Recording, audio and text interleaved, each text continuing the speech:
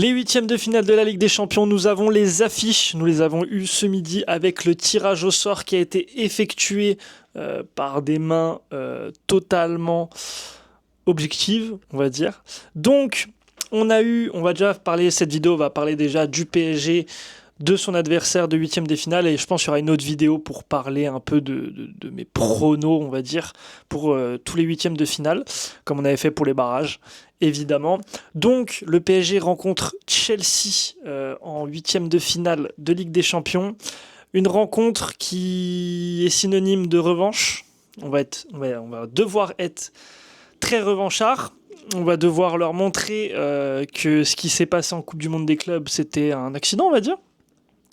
À cause de la fatigue, de la fin de saison assez longuet. Donc de tout ça. Et il va falloir vraiment gagner cette double confrontation. Ça va être très important, en sachant que du coup, on aura jusqu'à la finale, je crois, aucun de nos matchs avec un retour à la maison. Tous les retours des doubles confrontations jusqu'à la finale seront à l'extérieur. J'avais vu, il y avait une petite info comme quoi c'est possible que pour le match contre Chelsea, à cause du match de Arsenal, ce soit possible que ce soit le retour au PSG. Non. Le retour est bien du côté de chez nos amis de Chelsea. L'aller sera au Parc des Princes. Nous avons largement la place de le faire. Je pense, on va en parler après de nos points forts, nos points faibles. Apparemment, j'ai vu une info comme quoi Fabien Ruiz ne serait pas apte pour la rencontre. Dommage. Très dommage. On aurait bien eu besoin d'un Fabien Ruiz à ce moment-là de la saison. Après, à voir si l'info se confirme dans les prochaines semaines, on va dire, parce qu'on a encore jusqu'au 11 mars. Je crois qu'on joue le mercredi. Attendez, je vais vous ressortir l'info. On joue le mercredi 11 mars à 21h et le match retour sera le mardi 17 mars à 21h. Voilà. Donc sur cette rencontre, attention aux espaces. La défense, va falloir que la défense se mette au diapason, que le milieu de terrain aussi, que l'attaque aussi, qu'on soit tous très efficaces. On sait que beaucoup de gens parlaient du réveil, un peu comme l'année dernière, du match coup-près qui nous a permis d'avoir ce déclic et d'aller chercher cet LDC l'année dernière en faisant tous ces gros matchs. Donc tout le monde pensait que, y compris moi, qu'on allait mettre la troisième, la quatrième, la cinquième, vous pouvez l'appeler comme vous voulez, pour ces matchs de deuxième partie de saison. Si tant est que c'est un peu en retard. J'aimerais bien que la cinquième vitesse arrive tout de suite là. Mais j'y crois encore. On y croira toujours. Parce que, évidemment, les gars, je vais pas vous faire un dessin. On y croira toujours. En tout cas, ce qui est très important de dire, c'est que on a la place. Chelsea est largement prenable. Mais largement, tous les jours.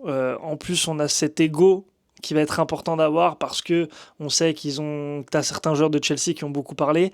On sait que ça parle toujours beaucoup par rapport à cette finale de Coupe du Monde des clubs et que nous, cette revanche, on va pas les leur donner. On va tout donner. On va essayer de les éclater et je pense que les joueurs ont cette mentalité aussi. Ce côté revanchard me plaît dans cette équipe avec tout cet élan que va apporter ce match. Je pense que ça peut être notre match référence de la saison, notre match contre cette équipe de Chelsea qui a des très bonnes individualités. On peut parler de Cole Palmer, on peut parler de Joao Pedro qui est très intéressant aussi. On peut parler de beaucoup de joueurs. T'as un Pedro Neto qui peut être intéressant. T'as tous ces joueurs offensifs qui peuvent individuellement nous embêter, en fait, nous faire chier, clairement. Mais on a aussi des très très grosses individualités. Il suffit juste que toutes nos individualités soient opérationnelles à 100% pour ce match-là. C'est une équipe avant tout. On l'a vu avec Bodo Glimt. Ce qui est important dans le foot, c'est l'équipe, pas les joueurs individuellement. Mais une équipe passe par des très bonnes performances individuelles et qui se croisent entre chacun. Il faut que le milieu entre eux reprenne un peu de leur puissance comme on les connaît. Un Vitinha évidemment qui est très très utilisé dernièrement, on voit qu'il y a un petit déclin à ce niveau-là. Mais après ça ne peut que être sur 2-3 matchs et après qu'ils reviennent à fond et ce serait vraiment le top. On voit un João Neves aussi qu'on a hâte qu'il revienne vraiment à son plein potentiel. Un Fabien Ruiz quand il reviendra de blessure évidemment aussi. Un Hakimi qui j'avais l'impression qu'il allait bien revenir dernièrement et son dernier match m'a un peu fait rétro-pédaler, mais voilà, on croit toujours en notre Hakimi, ça y a pas de souci au niveau sportif. Ensuite, je pense que du côté de Nuno, pareil, il sera là, il sera présent, il sera au rendez-vous. Pacho, Marquinhos, pareil, faut que ça revienne au maximum de leur capacité, de leur entente sur le terrain. Mais ça, pareil, Marquinhos, c'est lui un peu qui nous libère contre Monaco. Donc, je me fais pas de soucis. Je pense toujours que on est une équipe avec beaucoup de résilience et ça c'est très très important. Et le vrai truc très très important, que depuis le début de la saison ça pêche un peu, on a Doué qui revient un peu bien, mais voilà, c'est pas non plus la folie. Ce qui va être vraiment très très très important, c'est qu'on retrouve l'attaque très très forte qu'on avait sur la saison dernière, qu'on retrouve de l'efficacité devant les buts.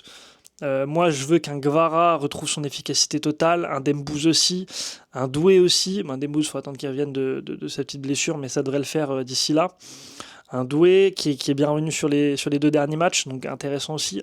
Barcola, faut qu'il revienne, faut absolument qu'il retrouve ce côté décisif devant les cages, parce qu'il y a eu beaucoup trop de loupés sur ce début de saison, sur cette première partie de saison, et je pense que même mentalement pour lui, ça va lui faire du bien de retrouver le fond des filets.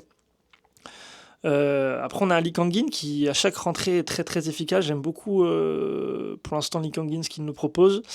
Voilà. Avoir aussi Andro Fernandez, c'est peut-être le moment aussi pour Andro Fernandez, même s'il est encore jeune, il a encore un physique à se construire, etc. Mais est-ce que c'est pas le moment aussi qu'on attend de lui de se montrer contre une équipe de PL qui peut être intéressante?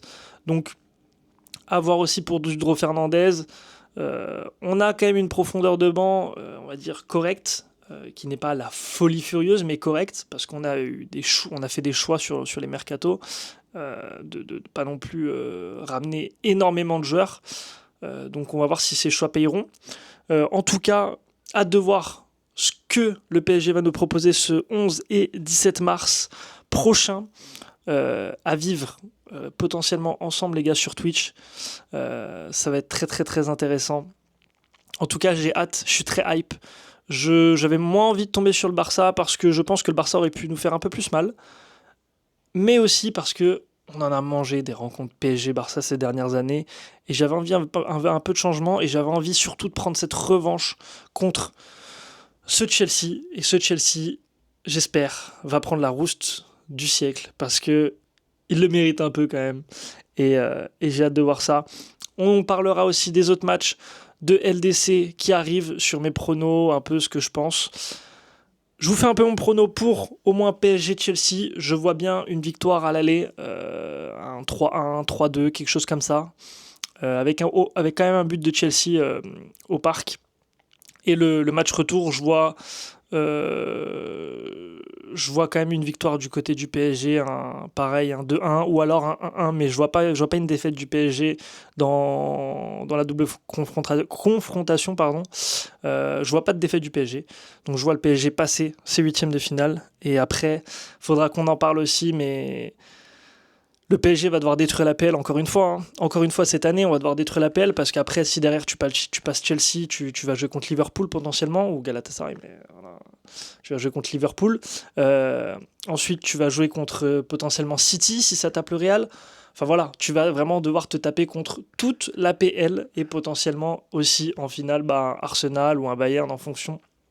Mais ça va être très très très intéressant. On va être encore les bourreaux de la Première Ligue. Et ça, moi, je kiffe. J'aime ce genre de défi. Je pense que l'équipe aussi aime ce genre de défi. L'année dernière, on a eu une épopée compliqué, avec que des grosses affiches quasiment, que des grosses équipes presque. Et cette année, c'est encore pareil, voire même pire, on peut le dire, je sais pas. À vous de me le dire. Dites-le moi en commentaire ce que vous pensez en tout cas de cette épopée que va devoir réaliser le PSG pour aller jusqu'en finale et potentiellement décrocher le back-to-back, cette deuxième Ligue des Champions d'affilée.